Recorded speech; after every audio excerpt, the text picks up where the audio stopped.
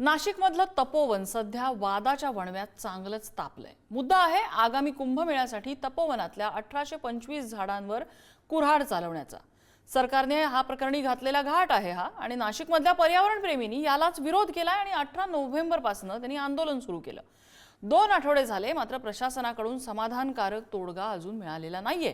त्यातच आता पालिकेकडून 220 कोटींच्या एक्झिबिशन सेंटरच्या निविदेची प्री-बिड मीटिंग झाल्याची बातमी आली आणि सरकारच्या हेतूवरची शंका अजून दृढ झाली आहे। Exhibition centre, banquet hall, restaurants असं बनवण्याचा हा आराखडा म्हणजे तपोवनाचं कॉर्पोरेट कल्चरमध्ये रूपांतर करण्यासारखं आहे असा आरोप होतोय। याआधी प्रशासनाकडून झुडपं आणि 10 वर्ष वयाची निरुपयोगी झाडं तोडण्याचं निमित्त सांगत यावर सारवासारव करण्यात येत होती। पण या निविदेचं काय? त्यातच पालिकेने तपोवनातली मंदिरं आणि गोशाळांना जमिनीचा ताबा कायमस्वरूपी पालिकेकडे देण्यासाठी नोटिसा बजावल्यात। हे सगळं कशासाठी आहे? या सगळ्यात आता राजकीय पक्षांनी उडी घेतली आहे। राज आणि उद्धव ठाकरे तपोवनातली झाडं तोडण्याच्या विरोधात आहेत। आज अजित पवारांनी सुद्धा झाडं तोडण्यासाठी विरोध केलेला आहे आणि सामोपचारानं तोडगा काढण्याचा सल्ला दिलाय। मुद्दा असा आहे की सरकारला या सगळ्यांना काय साधायचंय? वृक्षतोडीचा हेतू नसेल तर लपवाछपवी का? 10 वर्षाची झाडं निरुपयोगी असतील तर ती लावताना पालिका प्रशासनाला कळलं नव्हतं का? या तपोवनावर कुऱ्हाड चालवण्यासाठी सरकार एवढं का अडून बसलंय? नाशिकमध्ये पर्यायी जागा नाहीयेत का?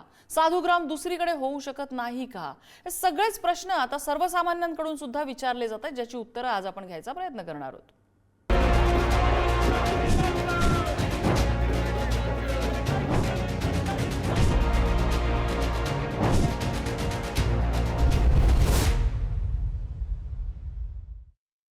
आणि याच संदर्भातल्या चर्चेत आपल्यासोबत सहभागी होत आहेत भाजपाचे प्रवक्ते प्रदीप पेशकार, अजित पवारांच्या राष्ट्रवादीच्या प्रवक्त्या हेमलता पाटील आपल्यासोबत आहेत आणि वृक्षप्रेमी शेखर गायकवाड आपल्यासोबत आहेत। चर्चेला सुरुवात करण्यापूर्वी राजकीय प्रतिक्रिया काही ऐकूया। एक पार्श्वभूमी आहे। तपोवन म्हणजे साधू संत महंताचं तपश्चर्या करण्याचं ते ठिकाण आहे। झाडाखाली बसून तपश्चर्या करण्याचा इतिहास त्या ठिकाणी साधू संतांचा आहे आणि ते तपोवन तोडून त्या ठिकाणी येणाऱ्या भाविकांसाठी व्यवस्था करण्याचा मानस हा सरकारचा आहे। पर्यायी जागा उपलब्ध असताना तपोवनातच करू नये अशी आमची भूमिका आहे, कारण ते अनेक वर्षापासूनची वृक्ष आहेत आणि काळाची गरज बघता भविष्यातल्या पिढीचा आपण विचार करता मला वाटतं वृक्ष संवर्धन करणं हे सरकारचंच नव्हे तर प्रत्येक नागरिकाचं कर्तव्य आहे आणि आमची भूमिका हेच आहे की त्या ठिकाणची वृक्षतोड न करता त्या ठिकाणी पर्यायी जागा जी उपलब्ध आहे त्या ठिकाणी साधू संतांची व्यवस्था करण्यात यावी। आता ज्यावेळी तिथे साधुग्रामचा विचार झाला त्यावेळी साधुग्राम तिथे तयार करता येत नाही, कारण डेन्स अशा प्रकारची झाडं झालेली आहेत आणि म्हणून आता हा प्रश्न निर्माण झालेला आहे। आता त्या संदर्भात मार्ग काढून कमीत कमी त्यातली झाडं कशी आपल्याला कापता येतील किंवा कापूच नयेत, जी काही थोडी बहुत रिप्लांट करता येतील ती रिप्लांट करावी, जास्तीत जास्त झाडं वाचवावी, अजून काय अल्टरनेटिव्ह आहेत, अशा सगळ्या गोष्टीचा विचार आता त्या ठिकाणी चाललेला आहे। आम्ही अशा प्रकारचा मार्ग काढू की ज्यातनं निश्चितपणे पर्यावरणाचाही ऱ्हास होणार नाही। आणि आता आपण मुख्यमंत्र्यांची प्रतिक्रिया ऐकली, ते अनेक पर्यायांचा विचार करतोय असं सांगतात, पण कुठेही साधुग्राम हे पर्यायी जागेत करायचा आम्ही विचार करू किंवा पर्यायी जागा त्यासाठी आमची पडताळणी चालू आहे असं कुठेही त्यांच्या बोलण्यात नाहीये। त्यामुळे सरकार, पालिका प्रशासन हे तपोवनामध्ये साधुग्राम बांधण्यावरती, उभारण्यावरती अजूनही ठाम आहे, हे सध्याचं तरी चित्र आहे। प्रदीप पेशकार, एवढा अट्टाहास कशासाठी? खरं तर आपण पूर्ण पार्श्वभूमी लक्षात घेतली पाहिजे की तो प्रत्येक गोष्टीचा, ज्याला आपल्या भाषेत म्हण आहे की पराचा कावळा करणे, तर असं प्रकार होता कामा नये। काही प्रमाणामध्ये ह्या सगळ्या आंदोलनाचं तसं भाग झालेला आहे हे आपल्याला लक्षात घेतलं पाहिजे। आणि माननीय मुख्यमंत्र्यांनी हे अनेक वेळा स्पष्ट केलेलं आहे की कुंभमेळा हा साधू संतांचा असतो, सरकार फक्त व्यवस्थापन करून देत असतं। त्यामुळे साधू महंतांना काय वाटतं, साधू महंतांचं त्यामधले धार्मिक महत्त्व काय आहे, त्या जागे संदर्भामध्ये साधू महंतांचं म्हणणं काय आहे, त्या जागेत परंपरेने साधूग्राम नावच त्याचं आहे आणि त्या ठिकाणी साधूंची राहण्याची आखाड्यांची व्यवस्था केली जाते, हे आपण विसरून कसं चालेल? त्यामुळे तिथे कमीत कमी वृक्षतोड व्हावी आणि झाडं झुडपं काढल्यानंतर सुबाबोळ बाबोळ जे काय आलेले आहेत, अनवॉन्टेड वनस्पती ज्या आहेत त्या काढल्यानंतर किती जागा उरते, काय करावं लागेल यावर प्रशासन विचार करत आहे. आपल्याला एवढी घाई का होते आंदोलन करण्याची हे आंदोलनकर्त्यांनी सांगितलं पाहिजे. त्यामुळे आम्ही सुद्धा पर्यावरणप्रेमी आहोत. त्यामुळे प्रदीप पेशकारजी, आंदोलकांनी जर आंदोलन केलं नसतं तर आतापर्यंत ही 1800 झाडं आडवी असती या ठिकाणी. कामा नाही, हे असं अजिबात गृहीत धरायचं कारण नाही आहे. त्यामुळे हे फक्त कोणीतरी बोललं, काल तुमच्याकडे येऊन बोललं की आज तसं झालं असं समजायची आवश्यकता नाही आहे. मुळात अजूनही प्रशासनाने हे क्लिअर केलेली यादी प्रकाशित केलेली नाही आहे की कोणती झाडं कापणार आहोत, त्यातली किती जातीची झाडं कोणती आहेत, संख्या किती आहे हे केलेलं नाही. नियोजित 1500 झाडांचं कापावे लागतील अशा प्रकारचं प्रस्ताव त्या वृक्ष प्राधिकरणाकडे आला होता. त्या सुनावणीचा निकाल तुमच्याकडे आला असेल तर मला द्या. त्यामुळे इथे कुठेतरी प्रयत्न हा राजकीय पद्धतीने करण्याचा प्रयत्न होतो आहे, तो आपण टाळला पाहिजे. नाशिककर हे वृक्षप्रेमी आहेत. नाशिकचं वातावरण हे नाशिककरांमुळेच आजपर्यंत प्रदीप पेशकारजी, आमचं सोडा, तुमचे सत्तेत मांडीला मांडी लावून बसलेले तुमचे सहकारी, त्यांना तुम्ही विश्वास नाही देऊ शकलेला. हेमलता पाटील आहेत आपल्यासोबत राष्ट्रवादी काँग्रेसच्या. हेमलता ताई, तुम्हाला काय वाटतं, साधूग्राम इथेच झालं पाहिजे की पर्यायी जागेचा विचार झाला पाहिजे? नाही, अजितदादा पवार यांनी अतिशय स्पष्ट भूमिका घेतलेली आहे आणि सयाजी शिंदेच्या भूमिकेचं आम्ही समर्थन करतो. नम्रता, विषय असा आहे की महाराष्ट्र ही साधू संतांची भूमी आहे. सयाजी शिंदे मॅडम, मला सांगा, सयाजी शिंदे त्यांचा मुद्दा पूर्ण होऊ दे. साधू म्हणतात जे बोलले त्यांचं समर्थन करता का आपण? नम्रता, हा, बोला हेमलता ताई, बोला. अजून पूर्ण झालेलं नाहीये. साधू संतांची भूमी आहे आणि तुकाराम महाराजांनी सुद्धा म्हटले की वृक्षवल्ली आम्हा सोयरी. त्यामुळे कुठलाही जो खरा साधू आहे, जो खरा संत आहे, तो कुठलंही झाड तोडलं पाहिजे अशा मताचा कधीही असणार नाहीये. आता प्रशासनाची ही जी काही गडबड चाललेली आहे ती मला असं वाटतंय अनावश्यक गोष्टी करत आहेत आणि ह्या वृक्षतोडीच्या विरुद्ध संपूर्ण नाशिककर एकवटलेले आहेत.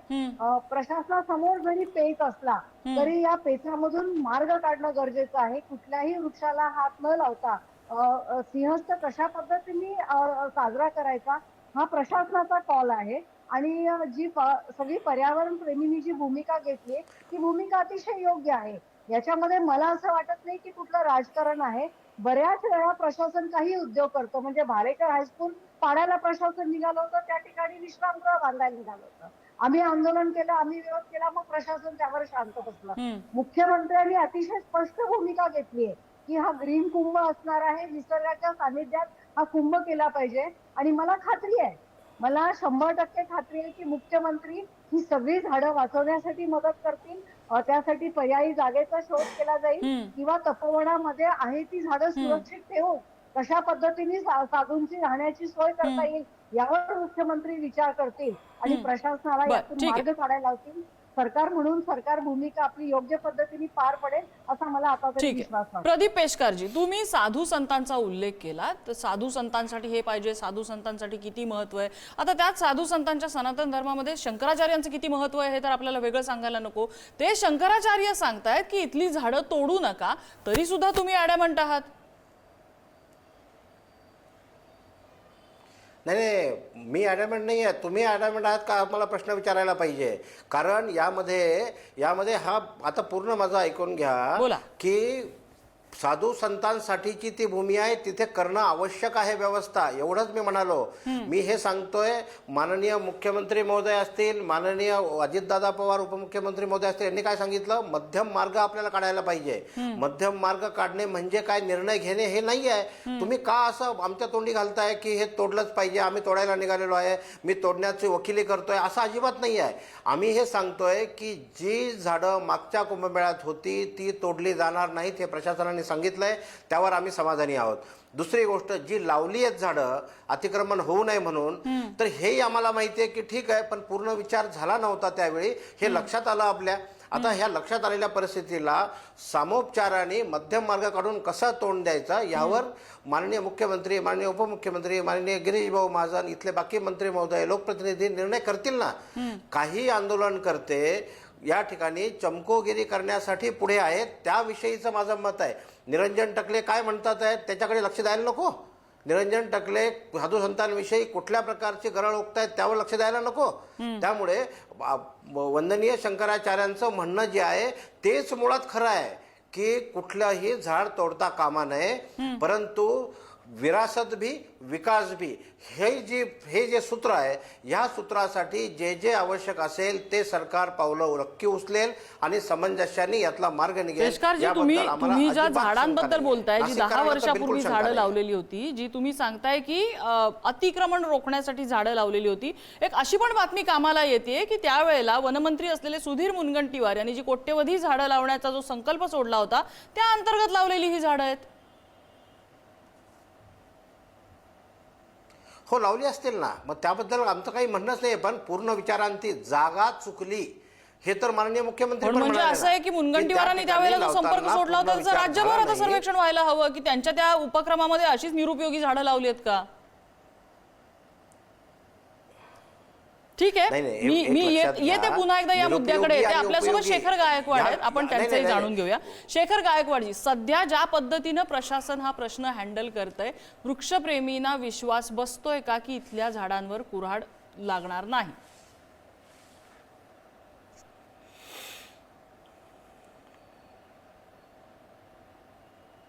शेखरजी, माझा आवाज पोहोचतोय आपल्यापर्यंत? नाही, तुमचा आवाज पोहोचतोय, तुम्ही सलग बोला. मला प्रश्न कळाला नाही. प्रश्न असा आहे की आतापर्यंत जो काही वाद ज्या वळणावरती आलेला आहे, हा सरकार सांगतंय की आम्हाला झाडं तोडायची नाहीयेत, वेगवेगळे प्रत्येक वेळेला त्यांची भूमिका बदलतीये. अशा वेळेला वृक्षप्रेमींना विश्वास आहे का की इथली झाडं सुरक्षित राहतील याचा?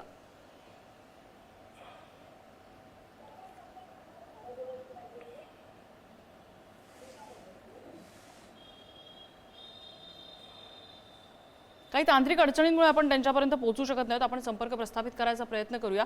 हेमलताताई, या सगळ्यामध्ये आता तुम्ही एवढे सत्तेमधले सहकारी आहात, तुम्हाला सुद्धा विश्वास वाटत नाहीये म्हटल्यानंतर कुठंतरी पाणी काहीतरी मुरत असेल.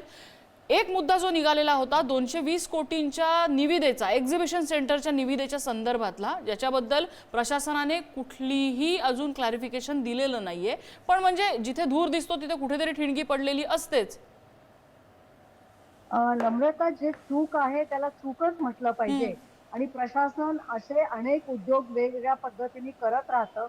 त्या निवेदेच्या संदर्भात प्रशासनाने मागच्या दराने तो विषय मंजूर करून घेतला. दुर्दैवाने लोकप्रतिनिधींची राजवट आता नसल्यामुळे लोकप्रतिनिधींना कुठल्याही विषयाची माहिती मिळत नाही. आणि जे आता समोर येते, ज्या निविदा समोर येत आहेत आणि जो प्रोजेक्ट समोर येतोय माईचा, तो अतिशय म्हणजे त्याच्यामध्ये एक मोठं सेंटर उभा करणं, अद्यावत त्या ठिकाणी कॅफेटेरिया करणं आणि हे सगळं जे मी पाहिलं तर हे सगळं धक्कादायक आहे. खरं म्हणजे ह्या तपोवनाचा ऱ्हास करून जर आपण अशा पद्धतीचे स्ट्रक्चर उभे केले तर कुठलंही शहराचा विकास करताना शहर जर आपण भकास करणार असू तर प्रत्येकाने विचार करण्याची गरज आहे. त्यामुळं हे सगळं कशामुळे घडतंय माहितीये का? लोकप्रतिनिधी त्या ठिकाणी नसल्यामुळे प्रशासन काय करतंय हेच कळत नाही. दर महिन्याला नवीन नवीन अधिकारी त्या ठिकाणी येतात, मानधनावर अधिकारी येतात आणि हे कामकाज करतात.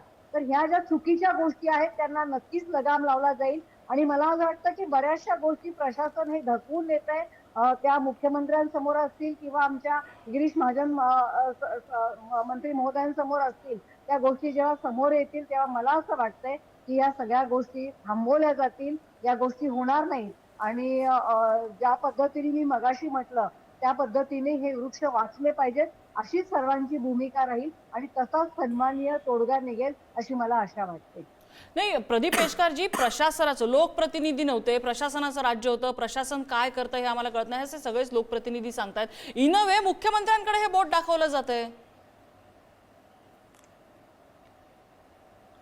नाही, हे बघा, मुख्यमंत्र्यांकडे बोट दाखवलं जाणारच आहे. शेवटी राज्याचे प्रमुख म्हणून मुख्यमंत्री आहेत आणि त्यांनी हे नाकारलंच नाही आहे की त्यांची ही पूर्णपणे समाधानकारक उत्तर काढण्याची त्यातली तयारी आहे. त्यामुळे कुंभमेळ्याचं नेतृत्व करताना इथले सगळे लोकप्रतिनिधी जे असतील आत्ताचे, आणि हेमलताताई ज्या म्हणाल्या ते महापालिकेमध्ये महासभा अस्तित्वात नाहीये, बर, म्हणजे बर. लोकप्रतिनिधींची. बर. आता महासभा म्हणजे कोण आहे तर आयुक्त आहेत, फक्त अधिकारी आहेत, त्यामुळे ते रेटून नेतात आहेत, अशा प्रकारचं त्यांनी सांगितलं. हे खरी गोष्ट आहे ना. ही माईसचा जो विचार आहे तो चांगला आहे का वाईट आहे हा विषयच नाही, तो नाशिक शहरासाठी अत्यंत चांगला आहे. पण कुठे करावा, कसा करावा, कधी करावा, कुठल्या स्कीममध्ये करावा हा प्रशासनाचा भाग आहे. त्यामुळे त्यांनी विश्वासात घेऊन जनतेला सुद्धा आणि योग्य वेळी जाहीर करायला हवा होता. बर, ठीक आहे. त्यामुळे शेखर हा गायकवाड जाहीर न शेखर करता गायकवाड पुन्हा एकदा direct आले tender आपल्यासोबत. प्रकाशित दिसलं तुमचा म्हणून मुद्दा झालेली लक्षात ही- तुमचा मुद्दा लक्षात आला. तुम्ही असं म्हणताय की प्रशासन लोकप्रतिनिधींची सुद्धा दिशाभूल करतंय. लोकांनी याच्यावर कसा विश्वास ठेवायचा हा प्रश्नच आहे. शेखर गायकवाड आहेत आपल्यासोबत. शेखर गायकवाडजी, माईसचा मुद्दा समोर आलेला होता आणि 220 कोटींचं हे कंत्राट आहे, विकासकाच्या ताब्यात दिले जाणार आणि हे सगळं होतंय कुठे? जिथे साधूग्रामचा प्रस्ताव आहे तिथे. म्हणजे जी शंका उपस्थित केलेली होती की साधूग्रामच्या निमित्ताने इथे कॉर्पोरेट कल्चर येणार, खासगी विकासकांची एंट्री होणार, तर सगळं काही होताना दिसतंय. प्रथम आपण तो वृक्षतोड जो विषय चाललेला आहे ते नेमकं आधी समजून घेतलं पाहिजे, नेमकं काय होत आहे. आणि याच्यामध्ये असं बऱ्याच अशा गोष्टी होत आहेत की ज्या गैरसमजातून बाहेर पडत आहेत. आता प्रशासन पण हे खुलासा करायला खूप चुकलंय आणि कमी पडलंय. तर जी काही आरक्षित जागा होती साधूग्रामची, आता त्याच्यामध्ये काही डेब्रिज टाकलेले आहेत आणि तिथे काही ठिकाणी जी रोपं उगली तर त्यांना ती जागा साफ करायची आहे. तर हे प्रशासनाला व्यवस्थित मांडता आलं नाही. त्यांनी ज्या काही सुरुवातीला फुल्या केल्यात आणि त्यानंतर त्याच्यावर पुन्हा त्यांना जे काही सर्वेक्षण करून जी जागा त्यांना साधूग्रामसाठी आरक्षित करायची होती आणि जिथे साधूग्रामसाठी जे काही टेंट उभे करायचे होते हे सर्व झालं. त्याच्यानंतर ह्या आंदोलनामध्ये एक प्रकर्षाने एक मुद्दा पुढे आला की माईस हब तिथे होतं आणि माईस हब आणि साधूग्राम आणि तपोवन. तर माईस मला हब मला तिथे शेखर नको गायकवाड होतं. जे कळत नाहीये, तुम्ही स्वतः वृक्षप्रेमी आहात, अनेक आंदोलनं तुम्ही केलेत, अनेक उपक्रम तुम्ही घेतलेले आहेत. एखाद्या ठिकाणी झाडं तोडण्याचा प्रश्न जर असेल आणि प्रशासन त्या ठिकाणी जर सर्वेक्षण करत असेल, त्या झाडांवरती नंबर टाकले जातात की फुल्या मारल्या जातात? फुल्या मारल्या गेलेल्या झाडांवरती याचा अर्थ काय घ्यायचा? बरोबर आहे. झाडावर वृक्षप्रेमींनी नंबर मग टाकले गैरसमज पाहिजे करून किंवा घेतला असं कसं त्याच्यावर म्हणता येईल? हा झाडावर नंबर टाकले पाहिजे किंवा त्याच्यावर फुली न करता तुम्ही गोल आणि किंवा ओरड चौकोनी ठोकळा ओरड करा. तुमच्यासारख्या लोकांनी केल्यानंतर प्रशासन घुमजाव करतं आणि सांगतं की आम्ही याचं सर्वेक्षण करणार होतो. बरोबर आहे. कसा विश्वास ठेवता तुम्ही प्रशासनावर? त्यांनी सुरुवातीपासूनच जी काही प्रक्रिया सुरू केली ती चुकीच्या मार्गाने केली आणि त्याच्यामुळे जो आक्रोश निर्माण झालाय आणि तपोवन आणि नाशिककरांचं हे खूप म्हणजे भावनिक नातं आहे. तर ह्या गोष्टी जर समोपचाराने जर त्यांनी व्यवस्थित पुढे येऊन सांगितलं असतं तर बऱ्यापैकी ही शांत झालं असतं. पण त्याच्यातून एक चांगली गोष्ट झाली की माईस सारखा प्रकल्प येतोय हे लोकांना कळालं आणि माईस सारखा प्रकल्प जर तपोवनामध्ये आला तर तपोवनाचं धार्मिक महत्व हे नक्की कमी होणार. बर.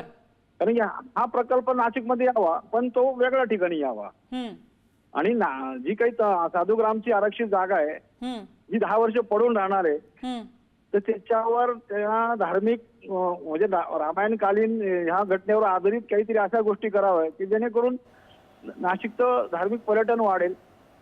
धार्मिक पर्यटन वगैरे सगळ्या गोष्टी ठीक आहेत, पण हे सगळं तपोवनात का, वनात का, जंगलामध्ये का विकास हवाय? जंगल ही जंगल म्हणून राहू शकत नाहीत का?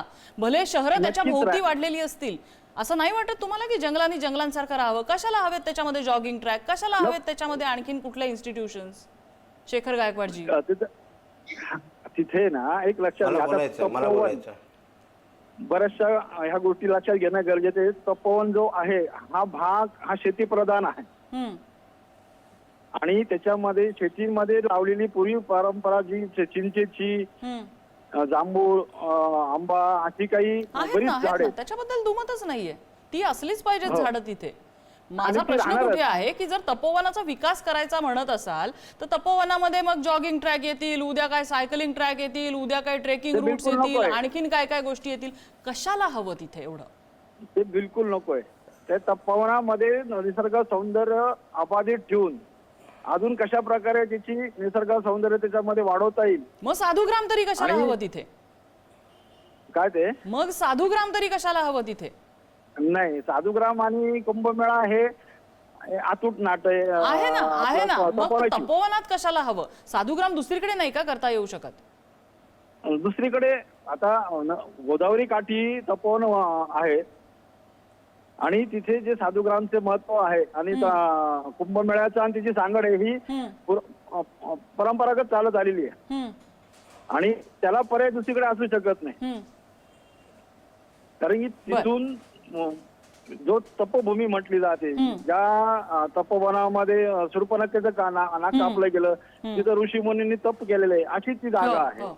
नाही अगदी आख्यायिका आहे. परंपरेला कुठेही विरोध असू शकत नाही. विरोध कुठे येतो? परंपरेच्या नावाखाली वृक्षतोडीसारखे घातक प्रकार होत असतील. प्रदीप पेशकरांना काही मुद्दा मांडायचा होता. पेशकारजी बोला. हा, मला हे म्हणायचं होतं की हा जो बागुलबुवा उभा केला जातो ना, जंगलात का, वनात का, जंगलात का? अहो, जंगलात नाहीच करत आहे कोणी, माईस करणार नाही किंवा साधुग्राम करणार नाही आहे. आपण हे समजून घेतलं पाहिजे. मुद्दाम जे बोललेलं आहे, प्रशासन असो, मंत्री महोदय असो, मुख्यमंत्री असो किंवा आमच्यासारखे प्रवक्ते असो, कार्यकर्ते असो, आम्ही नाशिककर आहोत ना, आम्हाला माहिती आहे इथे काय आहे ते. मागच्या कुंभमेळ्याच्या वेळी प्लेन लँड होती, प्लेन लँड, हे लक्षात घ्या. जी मोठी वृक्ष होती ती आजही आहेत, उद्याही राहणार आहेत, मागच्याही कुंभमेळ्यात राहणार आहेत. 1992 पासूनचे कुंभमेळे मी स्वतः पाहतोय. मी तिथे दरवेळी वेगवेगळ्या सेवेला हजर असतो. त्यामुळे कुठेही झाडतोडीचा विषय आलेला नाहीये. आणि आपण खुशाल म्हणताय जंगलात का करायचं? जंगलात, तपोवनात हे काहीच नाही आहे. साधुग्रामसाठी राखीव जागा आहे, प्लेन. त्या ठिकाणी चुकीने झाडं लावल्या गेली, तीही जी झाडं चिंचेची, आंब्याची आणि जी 16 प्रजातीची असतील ती तोडणार नाहीच आहेत. परत सांगतो, रोज उठून आपण चर्चा घेतली आणि आपण त्यावरच बोलल्याने ते खरं होत नाही, हे लक्षात ठेवलं पाहिजे. आपल्याला लक्षात घेतलं पाहिजे की जी झाडं पर्यावरणाला धोका देणार नाही तोडल्यानंतर, तर ती तोडू किंवा काय करायचं त्याच्यावर मध्यमार्ग काढू. हीच भूमिका सगळ्यांची आहे, आमची पण आहे. ते माईस हबमुळे काय होणार आहे हे आपण सांगू शकत नाही का लोकांना? माईस हबमुळे आपल्या नाशिकमध्ये कुंभमेळ्यामुळे पर्यटनामध्ये 20,000 कोटीचा विकास आता या ठिकाणी होणार आहे वेगवेगळ्या मार्फत. त्याची चर्चा सोडून देऊन आपण कशाची चर्चा करतोय? ऐकू मॅडम, मला 2 मिनिटं द्या. याच्यामध्ये दुसरा भाग असा आहे की माईस हब काय आहे? माईसमुळे शहराचं औद्योगिक पर्यटन वाढणार आहे. त्या ठिकाणी वेगवेगळे कॉन्फरन्सेस होतील, इंटरनॅशनल कॉन्फरन्स या ठिकाणी होतील, हॉटेलिंग वाढेल, पर्यटन वाढेल, त्याबरोबर धार्मिक पर्यटन सुद्धा वाढेल, शहराचा GDP वाढेल, रोजगार प्रश्न असा आहे की ते येणार कुठे? प्रश्न असा येणार कुठे? मला बोलू द्या ना. अर्थात ते पालिकेने स्पष्ट केलं पाहिजे. माझ्याकडे वेळ कमी आहे पेशकारजी. करताना आपल्याला सगळं वेळ मिळतो. थोडासा वेळ कमी आहे. आणि चुकीच्या नरेटिव्हला वेळ देता हे बरोबर नाही ना मॅडम. चुकीच्या नॅरेटिव्हला कसं? चुकीच्या नॅरेटिव्हला सगळे प्रश्न मी तुम्हाला विचारले, लोकांपर्यंत जाण्यासाठी वेळ सगळे द्यायला प्रश्न हवा मी मॅडम. तुम्हाला विचारलेत. मला 1 मिनिट. बिलकुल बरोबर आहे. माझी विनंती अशी आहे, माझी मॅडम तुम्हाला विनंती अशी आहे की माईसमुळे शहराचा काय फायदा होणार? कुठे करायचा हा भाग वेगळा आहे, पण काय फायदा होणार आहे? माईसमुळे फायदा काय होणार आहे हे सगळ्या नाशिककरांना माहिती आहे. आक्षेप कुठे होतो? ज्या वेळेला चर्चा अशी सुरू होते की ते तपोवनाच्या साधुग्रामच्या जागेवर केलं जाणार आहे. आता प्रशासनाने पुढे येऊन हे जे काही शंका आहेत नाशिककरांच्या दूर केल्या पाहिजेत असं वाटतं. हे बोलत आहे. माझ्या शेवटची 30 सेकंद आहेत. या क्षणाला काय गरजेचं आहे? म्हणजे जर दावा केला जात असेल की हे सगळे संशय आहेत, हे सगळे गैरसमज आहेत, तर काय केलं पाहिजे या क्षणाला? हे बोलत आहे. पार पडणं हे सगळ्यांची, नाशिककरांची, प्रशासनाची, सरकारची, सर्वांची जबाबदारी आहे आणि ती जबाबदारी सर्वांनी एकत्र येऊन पार पडली पाहिजे. परंतु त्यावेळी प्रशासनाने सर्वसामान्यांना जे प्रश्न पडतात त्या प्रश्नांची उत्तरं व्यवस्थितपणे दिली पाहिजे, त्यांचं समाधान केलं पाहिजे आणि त्यांचं जर समाधान योग्य पद्धतीने झालं तर गैरसमज राहणार नाही, त्याच्यामध्ये वेगवेगळ्या प्रश्न, शंका कुशंका उपस्थित होणार नाही आणि वातावरण खराब होणार नाही. सरकार असेल किंवा प्रशासन असेल किंवा लोकप्रतिनिधी असतील किंवा सर्वसामान्य व्यक्ती असतील, त्या सर्वांची एक भूमिका असली पाहिजे आणि त्या पद्धतीने आपण तो सिंहस्थ कुंभमेळा पार पडला पाहिजे. प्रशासनाचं यामध्ये एवढंच चुकतं की आम्ही करणार तेच योग्य आणि सर्वसामान्यांना कमी लेखणं, त्यांच्या प्रश्नांना उत्तर न देणं आणि हेकेखोरपणा करणं ही जी प्रशासनाची भूमिका आहे ती प्रशासनाने त्यांची भूमिका सोडली पाहिजे आणि त्यामुळे कुठलंही काम सुरळीतपणे होत नाही अशी आमची ठाम भूमिका आहे आणि प्रशासनाने यावरती काम केलं पाहिजे असं आमचं मत आहे. अगदी. कसं आहे की तपोवनातला साधूग्रामचा आणि त्या दृष्टीने संभाव्य वृक्षतोड ज्याबाबत प्रश्न उपस्थित केले जात आहेत याचा ज्यावेळेला मुद्दा येतो त्यावेळेला सगळ्या बाजूने एकच आवाज उठतो की बराच गैरसमज आहे, आम्ही नाशिककर आहोत, आम्हाला माहिती आहे काय आहे ते, प्रशासन काय सांगणार. पण बऱ्याच ठिकाणी जे प्रश्न उपस्थित केले जात आहेत त्या प्रश्नांची उत्तरं प्रशासनाकडून मिळत नाही. बऱ्याच वेळेला टोलवाटोलवी केली जाते, समोर येऊन प्रशासनाकडून शंका निरसन केलं जात नाहीये आणि त्या गैरसमजातनं जर हे मुद्दे उपस्थित झाले असतील तर ते शंका निरसन प्रशासनानं केलं पाहिजे. अन्यथा प्रश्न हे विचारले जात राहणार आहेतच आणि नाशिककर ज्या पद्धतीने या झाडांसाठी आक्रमक झालेत ते काही हा मुद्दा सोडतील असं वाटत नाहीये. त्यामुळे प्रशासनानं वेळीच शहाणं व्हावं. या चर्चेसाठी सगळ्या मान्यवरांनी आपल्याला वेळ दिला. सगळ्यांचे आभार. आजचा धुळा इथेच थांबतोय.